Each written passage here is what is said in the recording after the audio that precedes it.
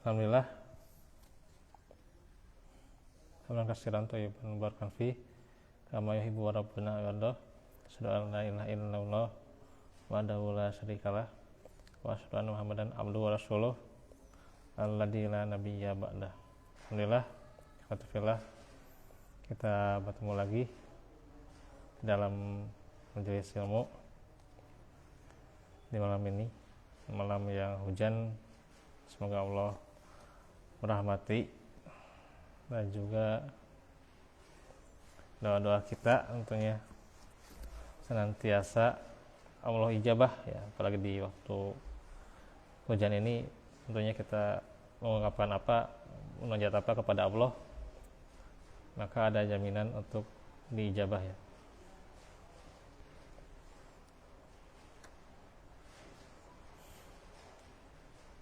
Kita akan lanjut seputar akhlak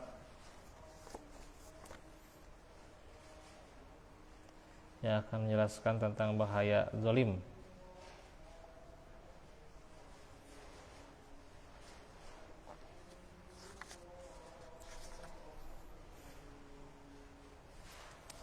Sudah dijelaskan arti zalim, yaitu menempatkan sesuatu bukan pada tempatnya, bisa jadi dikurangi atau ditambah ya, atau diubah waktunya atau tempatnya ya. Seperti ya di kita misalnya, kalau sengaja tidak tepat waktu, maka itu sebenarnya adalah kezaliman ya. Kalau ada uzur sih ya nggak masalah ya, ada uzur bepergian atau uzur di jalan sedang ada masalah dan sebagainya ya, itu nggak masalah ya. Tapi kalau misalnya sengaja telat, nah ini yang menjadi masalah ya, terlambat ya. Itu ya diantaranya dalam itu ya, diantaranya waktu sholat misalnya, ya, atau ya waktu apapun lah, kebaikan apapun kalau misalnya terlambat itu kan zalim gitu.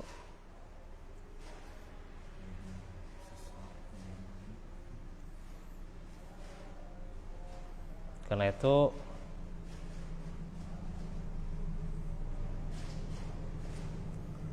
bahayanya zalim ya gitu.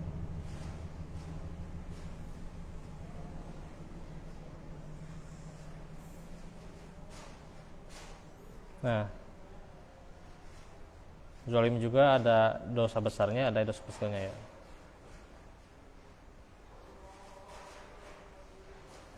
Terus macam-macam zalim sudah kita terangkan, ada 3 ya. Di antaranya zalim seorang hamba kepada Rabb-nya, yaitu dengan cara berbuat kufur kepada Allah dan berbuat syirik dalam beribadah dengan cara memalingkan sebagian ibadahnya kepada yang lain.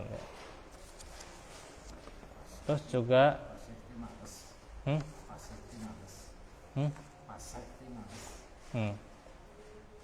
terus juga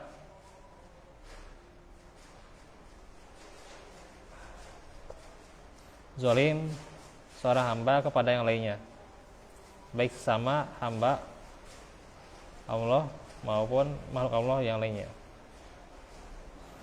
Ini bisa jadi dengan menyakiti mereka, baik merusak kehormatan mereka atau fisik mereka, atau mengambil harta mereka dengan cara yang tidak dibenarkan. Ya, kalau zalim kepada manusia harus minta maaf. Tobatnya diantaranya harus minta maaf ya.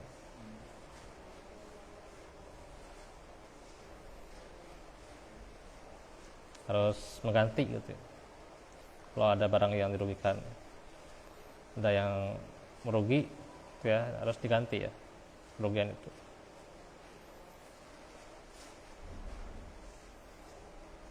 Jadi menyakiti seseorang itu tidak harus secara fisik ya, tapi merusak kehormatan seorang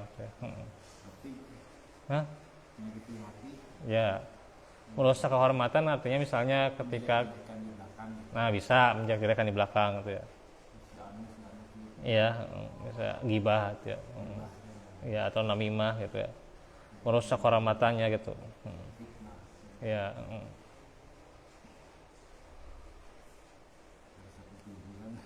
iya. Nah, itu.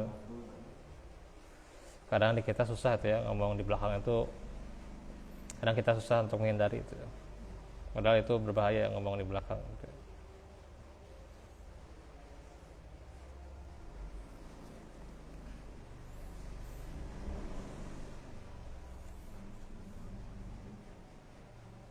Nah, terus bisa jadi juga mengambil harta ya dengan cara yang tidak benar ya. Mengambil milik ya, tanah dan sebagainya ya, dengan cara yang tidak benar, untuk dipaksa dan sebagainya kan dengan cara yang tidak benar gitu ya. Nah, itu adalah zalim ya. Iya.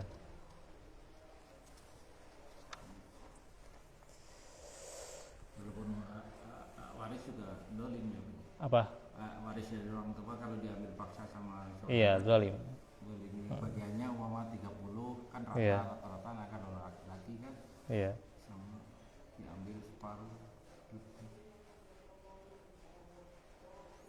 Ini hadisnya sudah diterangkan ya.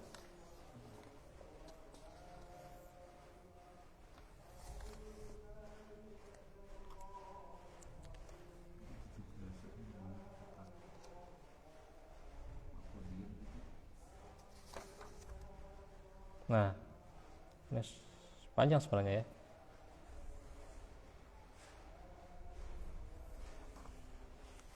Allah Ta'ala firman, "Fakullan akhadna bidambi, faminhum man arsalna alaihi hasiba, wa minhum man akhadathu sayhah, wa minhum man khasafna bihil ard, wa minhum man akraqna, wa ma kana Allahu liyadlimahum, walakin kanu anfusahum yadlimun."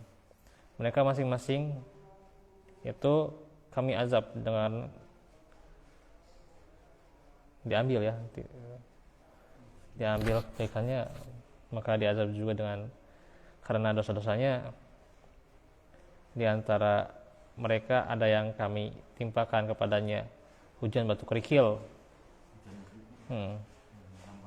ya. Ada yang ditimpa suara yang mengguntur, ada yang kami benamkan ke dalam bumi, dan ada yang pula kami tenggelamkan. Allah sama sekali tidak hendak menzalimi mereka, tetapi merekalah yang menzalimi dari mereka sendiri. Surah Al-Ankabut ayat 40. Jadi ini bagaimana balasan terhadap orang-orang yang zalim ya. Di dunia saja ya, orang-orang yang zalim itu yaitu kaumnya para nabi yang tidak mau taat itu sudah merasakan, apalagi di akhirat ya. Kalau utang gimana itu? Kalau yang nggak bayar gitu. Kalau utang ya ditunda ya. Ditunda, mau masuk surga itu ditunda ya. Ditahan Surga ditahan dulu ya. Sampai si yang dihutanginya itu mengatakan bebas hutangnya, baru dia silakan masuk surga. Kalau sekarang kalau Apa? sampai nanti hari akhir Iya, kalau nggak dibayar ya gitu. kiamat Bahkan kan Nabi aja ya, Nabi saja tidak mau menyolatkan orang yang berhutang. oh iya, berarti sangat berat ya Pak ya. Iya, Amalnya katanya yang amal baik dikasihkan yang mengutangkan, yang amal jelek ada yang dibilang gitu juga. Tapi yang saya tahu juga orang yang berhutang itu kalau dia tidak membayar hutangnya, di surganya dia tidak akan masuk, tapi ditahan dulu di sebelum masuk surga itu ditahan. keluarganya bayar utang gitu. Iya. Sanggupan ya. Ya. Gitu kan ustaz kan gitu mau nyolati kan. Iya. Sanggupi sama keluarganya. Sampai si orang yang menghutanginya mengatakan bebas hutangnya, baru bisa masuk surga itu. Jadi memang berbahaya juga itu kalau berhutang. Kan itu dapat pahala ya. yang membebaskan utang. Iya, membebaskan utang dapat pahala, besar pahalanya aja, pahala sedekah. Nggak bayar karena kepaksa, jangankan itu bayar, nggak makan aja. Iya. Tapi ya untuk menghutang itu kita kalau menghutang bukan prioritas ya, bukan rutin. Ya kalaupun ingin menghutang ya darurat aja, darurat ya, mendadak, mendesak baru ya. Iya. Tapi kita tahu bahwa kita bisa jadi mungkin kita nanti bayar gitu ya.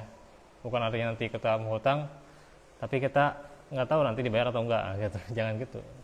Harus kita prediksikan bahwa kita bisa membayar gitu. Dan kalaupun misalnya nanti si tanggal untuk membayar hutangnya itu harus dia laksanakan ya gitu. Tepat waktu ya. Atau tentunya kalaupun misalnya ada uzur ya komunikasi untuk membayar hutangnya, misalnya ada uzur dan sebagainya gitu. Komunikasi itu jangan Kan itu ada biaya tambahan itu gimana? Kalau hutang ke bank itu bahaya sebenarnya. Iya. Sama istri saya di utang-utang. Hutang ke bank mah ada yang mengatakan ya haram malah. Haram karena ribanya, iya. Ribanya yang haramnya. Iya.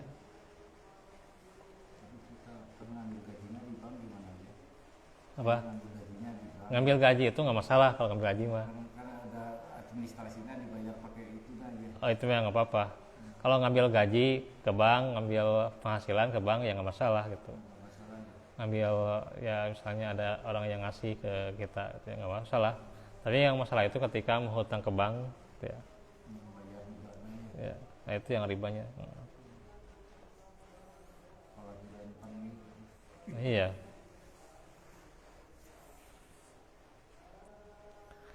Nah, ada doanya agar kita terlepas dari sifat zolim.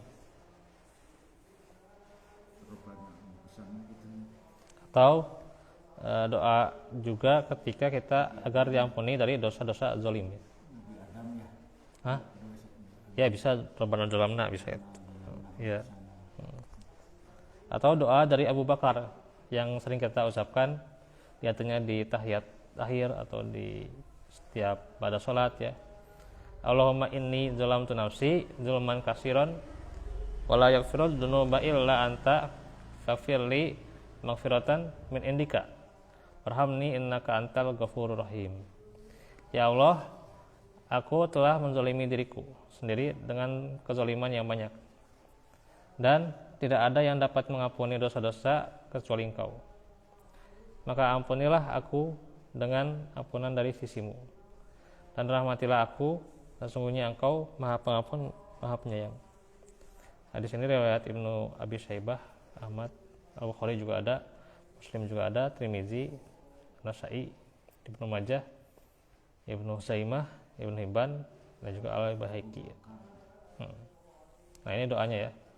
Allahumma inni zalamtu nafsi zulman katsiran wala yaghfiru dzunuba illa anta faghfirli maghfiratan min indika warhamni innaka antal ghafurur rahim. Ada at-tahiyat akhir gitu. Bisa ya, hati-hati bisa. Mau salam ya. Ya pas mau sebelum salam ya, sebelum salam ini doanya di antaranya. Bisa ya. Bisa itu juga. Terus juga Nabi bersabda kepada Syakal bin Humaid, ucapkanlah olehmu Allahumma inni a'udzubika min syarri sam'i wa min syarri basari wa min syarri lisani wa min syarri qalbi wa min syarri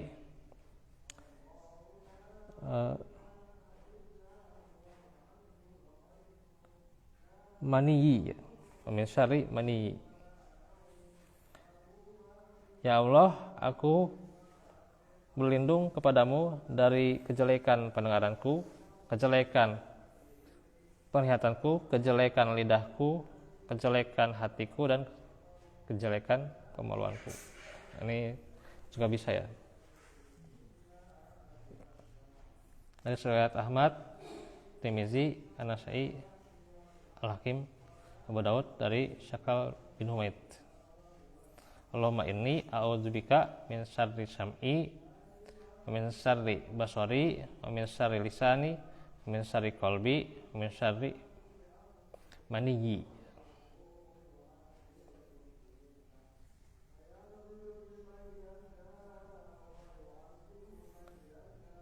Nah, terus di surah Ibrahim ayat 42 dikatakan wala tahsabannallaha ghafilan amma ya'malul zalimun innama yu'akhiruhum liyaumin taskhasu fihal absar. Dan janganlah engkau mengira bahwa Allah telah lengah dari apa yang diperbuat oleh orang zalim. Sungguhnya Allah menangguhkan mereka sampai hari yang pada waktu itu mata mereka terbelalak. Jadi Allah tidak lengah. Allah tidak lengah terhadap orang yang zalim ya. Bahkan Allah menangguhkan mereka sampai nanti di hari kiamat ya mata mereka terbelalak ya. Waliyahzubillah. Maimun bin Mihran berkata, firman Allah tersebut merupakan ancaman bagi orang yang berbuat zalim dan takziah ya. Takziah itu penghibur ya bagi orang yang zalimi ya. Jadi kita beruntung ya kalau misalnya kita dizalimi itu kita beruntung juga ya. Takziah ini maksudnya penghibur buat kita kalau dizalimi kan kita apa ya, kita kalau dizalimi ya kita bisa mendapatkan pahalanya gitu ya. Jadi ada itu apa? Penghibur kan? Enggak, maksudnya penghibur bagi kita kalau dizalimi. Kalau misalnya kita dizalimi, berarti kita bisa dapat pahala dia gitu. Pahala orang yang menzalimi kita.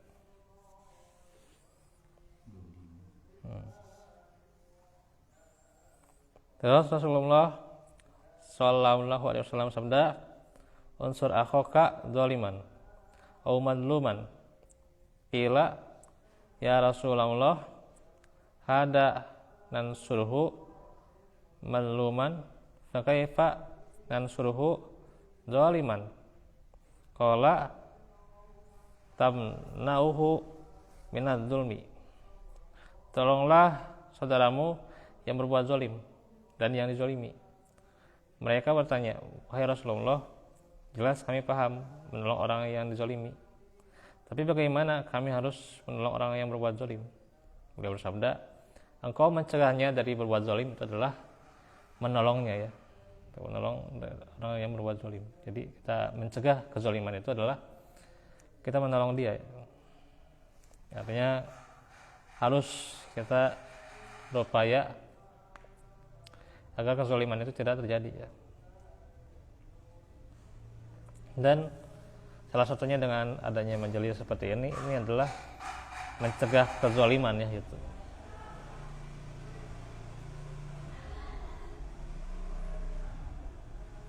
Kemudian ada sebuah quotes dari Muhammad bin Sirin. Dalam tu akhaka ida zakarta masawi'ahu walam tazkur mahasinahu. Engkau telah menzalimi saudaramu bila hanya menyebutkan kejelekannya tanpa menyebutkan kebaikannya. Kalau kita misalnya sebutkan kejelekan seseorang tapi tanpa menyebutkan kebaikannya, maka itu adalah kezaliman. Kan nanti sambung-sambung kan biasa. Iya. Dari mulut ke mulut terus. Terus sana terus berantai berarti. Iya. Si A ngomong si B ngomong iya. si C. Nah ini jadi kezaliman itu bisa kezaliman terhadap Allah ya, terhadap orang lain. Iya. Dan bisa juga zalim itu. Kan harus minta maaf kan. Iya. Zalim itu kan bisa juga kepada dirinya sendiri ya. Itu di surat Al-Baqarah ayat 57 nanti bisa dibaca. Ya. Terus juga apa tadi udah ya. Nah, orang yang zalim terhadap dirinya sendiri yaitu mengotori dirinya dengan bekas-bekas sebagai berbagai macam dosa ya. kejahatan dan kejelekan dari perbuatan maksiat kepada Allah dan Rasulnya. Ini itu dari sifat zalim. Insya Allah nanti kita akan lanjutkan sifat-sifat tercela yang lainnya. Di antaranya setelah zalim itu di sini dijelaskan tentang istighfar. Nah, baru tentang istighfar ya. Nanti sebelum dijelaskan sifat-sifat yang jelek lainnya, nanti dijelaskan di sini keutamaan dari istighfar ya, amal soleh tentang istighfar, kemudian bagaimana dijelaskan Allah tercela yang lain, yaitu amarah, terus kikir dan sebagainya ya. Nah, itu saja yang bisa disampaikan. Barakallahu fikum wa afu minkum. Subhanaka Allahumma wa bihamdika asyhadu an la ilaha illa anta astaghfiruka wa atubu ilaik. Rabbil alamin. Assalamualaikum warahmatullahi wabarakatuh.